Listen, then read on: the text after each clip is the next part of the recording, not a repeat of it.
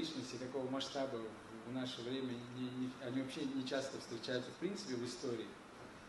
Но были, естественно, среди моих подзащитных такие люди, ради которых я жизни не пожалел бы, и о некоторых из них я могу рассказывать бесконечно, но многие из них вам не знакомы, и их имена вам ни о чем не скажут, но, пользуясь таким вопросом, я не могу не сказать о Юсуфе. Юсуф наш.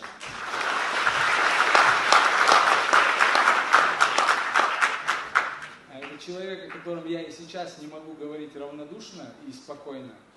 Человек, который, как мне представляется, был почти святым, во многих смыслах был образцом для подражания, для всех нас, кто здесь присутствует. Это касается и вопросов исламской веры, и чеченских обычаев, и просто нрава. Был человек, если бы мне поставили задачу быть его там обвинителем и сказать о нем хоть что-нибудь плохое, я со всей искренностью могу сказать, что я не знаю за ним ничего плохого.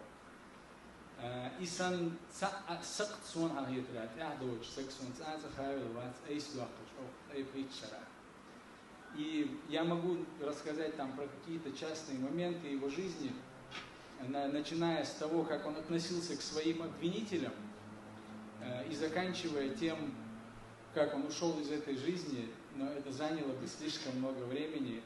Пару эпизодов я все-таки приведу. Была у нас следователь по этому делу, Валерия такая, не буду даже по фамилии ее называть. Собственно, тот человек, в руках которого находилось уголовное дело на стадии следствия, которое вменило ему преступление, по квалификации как минимум, которого вообще в принципе не было. То есть не просто убийство, за которое человек может быть наказан лишением свободы до 15 лет, а убийство по мотиву социальной ненависти там, к военнослужащим и так далее и тому подобное. Она, причем сама прекрасно понимала, что она эту там, смертную статью притягивает за уши. И вот там ближе к концу следствия она пришла к Юсупу в Лефортово, следственный изолятор, принесла материалы уголовного дела для ознакомления. Вот для меня она лютый враг на тот момент, тем более для Юсупа, который уже больше года находится в заточении по ее милости. По ее милости тоже, точнее будет сказать.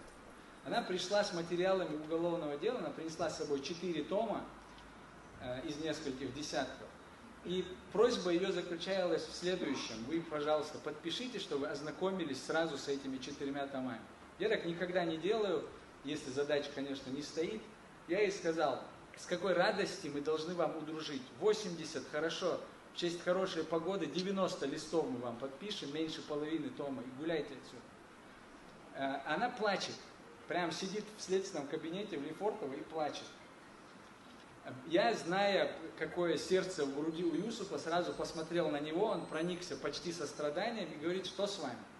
Она говорит, мне надо на больничный, точнее говоря, я извиняюсь за щепетильность момента, на декрет, а меня не отпускают, если вы не ознакомитесь хотя бы там с половиной уголовного дела, поэтому я хотела это ускорить. Вы же понимаете, мне не 18 лет, мне уже почти